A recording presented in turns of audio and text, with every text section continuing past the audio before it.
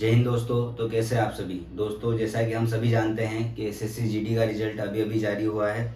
अगर दोस्तों आप इसकी तैयारी पहले से भी कर रहे हैं या फिर अभी अभी आपने अगर वर्कआउट स्टार्ट भी किया है, तब भी ये वीडियो आपके लिए बहुत ज़्यादा बेनिफिशियरी और इम्पोर्टेंट होने वाला है। तो दोस्तों इस वीडियो में मैं आपको एक प्रॉपर वर्कआउट प्लान के बारे में बताने वाला हूँ। एक पूरे हफ्ते का शेड्यूल, जिसे अगर आप फॉलो भी करते हैं तो आप दूसरों की अपेक्षा बहुत ही कम समय में आपके रनिंग के परफॉर्मेंस को कम कर सकोगे और जो 5 किलोमीटर की रनिंग टाइमिंग है उसे 20 मिनट या 20 मिनट के अंदर ला सकोगे। तो आइए दोस्तों, हम जानते हैं हमारे हर दिन के शेड्यूल के बारे में, आपको कितना वर्कआउट करना है, क्या वर्कआउट करना है और कैसे करना है। तो बात करते हैं हम सबसे पहले हमारे वर्कआउट मंडे के वर्कआउट के बारे में। आपको मंडे के रोज़ मॉर्निंग में गए लॉन्ग रनिंग करना है। मंडे के रोज़ आपको लॉन्ग रनिंग में आप जैसे अगर ग्राउंड पे आप वर्कआउट करते हैं तो 15 से 20 राउंड आपको ग्राउंड पे लगाने हैं। और अगर आप रोड पर रनिंग कर रहे हैं तो आपको 40 से 45 मिनट इजी दौड़ना है, धीरे धीरे दौड़ना है आपको। और अगर आप बिगनर है दोस्तों, या फिर अभी अभी आपने वर्कआउट स्टार्ट किया है, तो आपको जैसे एकदम से आप 30-40 मिनट 45 मिनट नहीं दौड़ सकते, या फिर आप 15 से 20 राउंड नहीं लगा सकते।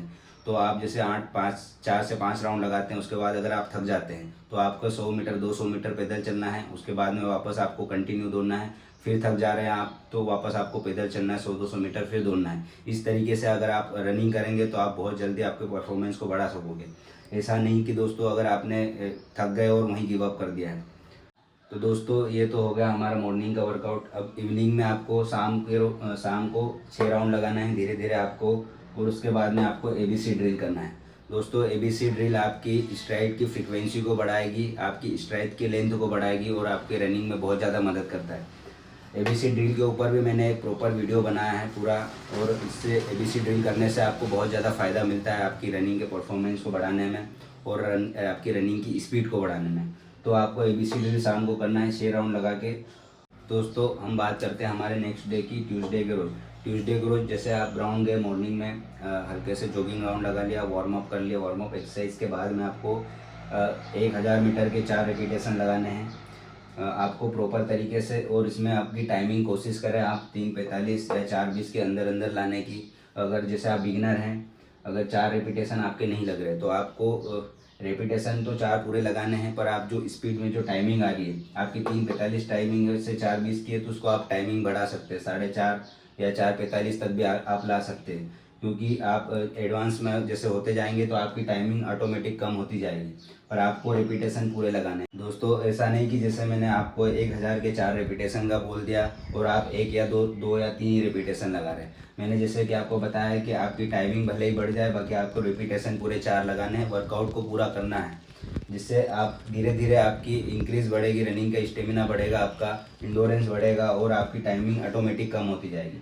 दोस्तों ये तो हो गया मॉर्निंग का वर्कआउट। अब बात करते हैं हम हमारे इवनिंग के वर्कआउट की। इवनिंग में आपको ट्यूसडे के रोज शाम के टाइम पे 8 राउंड धीरे धीरे लगाने हैं। उसके बाद में आपको 8 से 10 स्ट्राइड लगाना है प्रॉपर वार्म अप करने के बाद में। दोस्तों स्ट्राइड से मतलब है कि आप स्ट्राइड और स्प्रिंट दोनों चीज़ में अंतर रहता है। बहुत से बच्चे को, जैसे मेरे पास भी एकेडमी में बच्चों को बोलता हूँ कि स्ट्राइड लगाओ, चलो 8 से 10 स्ट्राइड लगाना है, तो स्ट्राइड लगाने के चक्कर में वो एक दूसरे से खींचने लग जाते हैं या स्प्रिंट में उसको कन्वर्ट कर देते हैं। दोस्तों स्ट्राइड में आपको एक प्रॉपर बॉडी का पोस्चर बना के दौड़ना है। आपको ये ध्यान में रखना है कि आपके हाथ सही चल रहे हैं या आपके पैर सही चल रहे हैं कि नहीं चल रहे हैं। आपको बॉडी का आपके 70 से 80% का एफर्ट लगाना है, ना कि आपको 100% का एफर्ट लगाना है। इसमें सिर्फ इतना ध्यान देना है कि अपनी बॉडी का पोस्चर सही है, अपने स्टेप अपने सही चल रहे हैं या स्ट्राइड अपनी सही रख रहे हैं, इस चीज़ पे ध्यान देना है, ना कि फुल एफर्ट लगाना है आपको। ऐसा करने से आप जो रनिंग कर रहे हैं आपका बॉडी का पोस्चर सही बनेगा, आपके स्टेप सही बनेंगे और आपको रनिंग में बहुत ज़्यादा मदद मिलेगी। तो आइए दोस्तों हम बात करते हैं हमारे वेडनेसडे के वर्कआउट के बारे में। जैसा कि मैंने पहले भी बताया है कि आपको वर्कआउट स्टार्ट करने से पहले वार्म अप करना है, अच्छे से जॉगिंग राउंड लगाना है, उसके बाद में वर्कआउट स्टार्ट करना है। तो वेडनेसडे के वर्कआउट में आपको स्लो फास्ट करना है। स्लो फास्ट के आपको 4 राउंड के 2 सेट लगाने हैं। जैसे कि आप जैसे देख सकते हैं, आप यहाँ पे ग्राउंड को आपको 4 पार्ट में डिवाइड करना है। जैसे ये हो गया एक पार्ट आपका, 2 पार्ट, ये 3, ये चौथा है। इसमें आपको कैसा करना है कि जैसे आप स्लो फास्ट लगा रहे हैं, अगर ग्राउंड पे लगा रहे हैं आप, तो जैसे ये कर्व हो गया, कर्व में आपको स्लो दौड़ना है। फिर ये 100 मीटर का फास्ट रनिंग करना है आपको, जो सीधा स्ट्रेंथ रहता है लाइन। फिर आपको ये कर्व आ गया, फिर यहाँ पे स्लो दौड़ना है, फिर फास्ट, फिर स्लो, फिर फास्ट, फिर स्लो, फिर फास्ट। इस तरीके से आपको 4 राउंड लगाने हैं। ये एक सेट हो गया आपका। फिर उसके बाद में थोड़ा सा रिकवरी टाइम ले लें 3 से 4 मिनट का। उसके बाद अगला सेट फिर लगाना, फिर स्लो, फिर फास्ट, फिर स्लो, फिर फास्ट, इस तरीके से करना। अगर आप रोड पर रनिंग कर रहे हैं, तो आपको 10 सेकेंड स्लो, फिर 10 सेकेंड फास्ट, 10 सेकेंड स्लो, फिर 10 सेकेंड फास्ट, इस तरीके से रनिंग करेंगे तो आपकी रनिंग का परफॉर्मेंस काफ़ी हद तक बढ़ जाएगा। दोस्तों हम बात करते हैं इवनिंग के वर्कआउट की। इवनिंग में आपको कोर एक्सरसाइज करना है। दोस्तों अगर आप किसी भी फील्ड के धावक हो, अगर आप 400 मीटर, 800 मीटर, 1600 मीटर या 5 किलोमीटर किसी भी चीज़ की तैयारी कर रहे हैं, तो आपको ऑल ओवर बॉडी पर काम करने की ज़रूरत है। ऐसा नहीं कि सिर्फ आप रनिंग ही रनिंग कर रहे हैं। दोस्तों आपको कोर एक्सरसाइज, लेग एक्सरसाइज, सारी चीज़ें करनी है। हम आगे लेग एक्सरसाइज के बारे में भी बात करेंगे। फिलहाल में हम बात करते हैं कोर वर्कआउट की। तो आपको इवनिंग में, वेडनेसडे की इवनिंग में आपको कोर वर्कआउट करना है। मैंने कोर वर्कआउट के ऊपर एक पूरा वीडियो बनाया है, प्रॉपर तरीके से सारी चीज़ों के बारे में बताया, अपर एप के बारे में, लोअर एप के बारे में, ऑल ओवर स्ट्रेंथ के बारे में बताया है। तो मैं उस वीडियो का लिंक डिस्क्रिप्शन बॉक्स में डाल दूंगा, आप जाके चेकआउट कर लेना। तो दोस्तों हम बात करते हैं हमारे थर्सडे के वर्कआउट के बारे में। थर्सडे के वर्कआउट में आपको मॉर्निंग में 8 से 10 राउंड लगा लेना है, नॉर्मल राउंड लगाना है। उसके बाद में आपको स्ट्रेंथ वर्कआउट करना है। स्ट्रेंथ वर्कआउट में जैसे बर्फी जंप हो गया, लेग स्ट्रेंथ वर्कआउट हो गई, लंजेस हो गया, ये सारी चीज़ें करना है। उसके बाद में इवनिंग में आपको नॉर्मल 5 राउंड लगाने हैं और 7 स्ट्राइड लगाने हैं। स्ट्राइड जैसे कि मैंने पहले भी बताया आपको कि आपके बॉडी के पोस्चर को सही करके दौड़ना है। आपकी पैर आपको सही तरीके से चल रहे नहीं, उस पर ध्यान देना है। और आपको 70 से 80% का एफर्ट लगा के दौड़ना है, ना कि आपको फुल एफर्ट लगाना है। ठीक है। तो दोस्तों हम बात करते हैं हमारे फ्राइडे के वर्कआउट में। फ्राइडे में आपको सुबह मॉर्निंग में आपको हिल रनिंग करना है। अगर आपके जहाँ पर भी आप वर्कआउट करते हैं वहाँ आइट साइड में आपके अगर हिल है तो बहुत ही अच्छी बात है, आपकी हिल वर्कआउट कंप्लीट हो जाएगा। उसमें हिल वर्कआउट में आपको 120 मीटर के कम से कम 10 रेपिटेशन लगाने हैं। जैसे आपने चढ़ाई देख ली सीधा लंबा, उसमें आपको 120 मीटर देख लेना है, उसमें आपको 8 से 10 रेपिटेशन लगाना है। उसके बाद में थोड़ा सा आप डिस्टेंस बढ़ा देना है, जैसे 120 मीटर का हो गया, उसके कम से कम 8 रेपिटेशन लगाना है। ये आपका मॉर्निंग का वर्कआउट हो गया। इससे आपको जो लास्ट में आप खींच नहीं पाते हैं या फिर फिनिशिंग अच्छे से नहीं मार पाते हैं, तो उसमें आपको बहुत ज़्यादा बेनिफिट मिलेगा। दोस्तों ये मॉर्निंग का वर्कआउट हो गया। इवनिंग में आपको कुछ नहीं करना है, नॉर्मल आपको 4 से 5 राउंड लगाना है और वापस घर चले जाना है, रेस्ट करना है।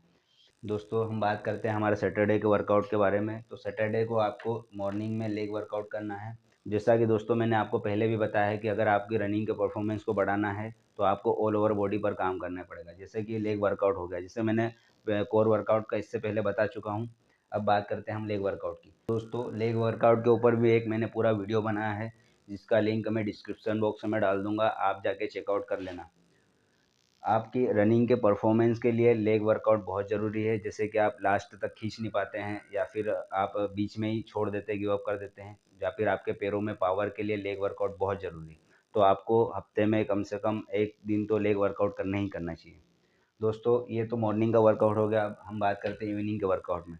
जैसा कि हमने फ्राइडे फ्राइडे को भी हिल रनिंग कर लिया था और सैटरडे को भी लेग वर्कआउट कर लिया है, तो जिससे आपकी मसल्स टाइट हो जाती है, बहुत ज़्यादा पेन होता है। तो आप सैटरडे इवनिंग में आप नॉर्मल राउंड लगा लेना है, धीरे धीरे जॉगिंग जॉगिंग राउंड लगाना है। उसके बाद में आपको एक एक्स्ट्रा वर्कआउट बता रहा हूँ, जैसे बर्फी जंप हो गया। आपको बर्फी जंप के आपको 5 से 10 सेट करने हैं। आपको बर्फी जंप जैसे जगह पर भी कूदना है, बर्फी जंप करना है।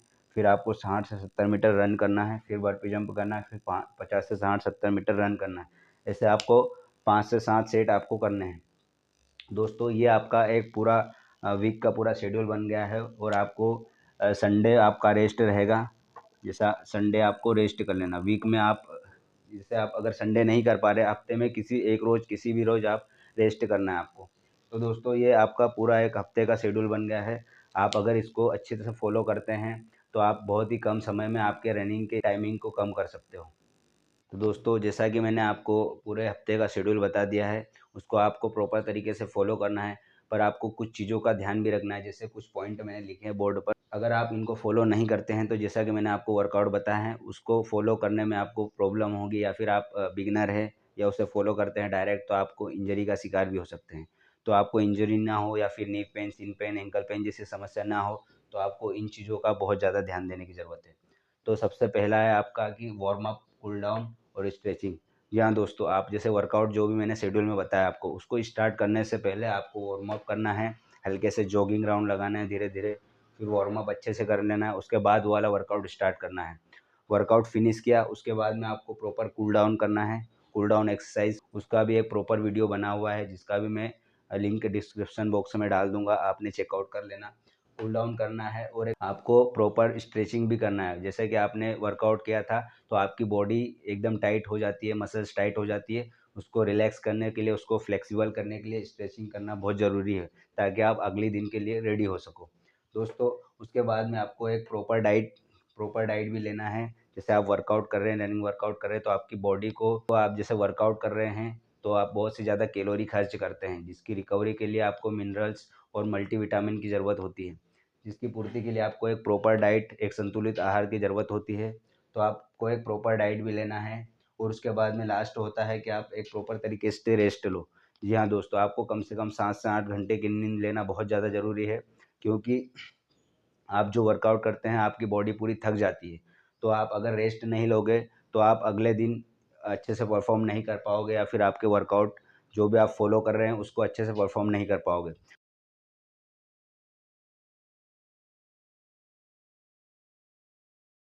तो दोस्तों यही थे कुछ टिप्स जिसे अगर आप फॉलो करते हैं तो आप भी आपके रनिंग के परफॉर्मेंस को काफ़ी कम समय में बहुत अच्छे बेहतरीन तरीके से कर पाएंगे। और जिसकी भी आप तैयारी करते हैं, आप एसएससी जीडी की तैयारी कर रहे हैं तो आप 20 मिनट या 20 मिनट के अंदर भी आ सकते हैं। तो दोस्तों अगर ये वीडियो आपको अच्छा लगता है तो इसे लाइक कीजिए, शेयर कीजिए और भी फिजिकल और फिटनेस से संबंधित वीडियो के लिए मेरे चैनल को सब्सक्राइब कीजिए और मुझे इंस्टा पे फॉलो करना बिल्कुल भी ना भूलें। जय हिंद दोस्तों।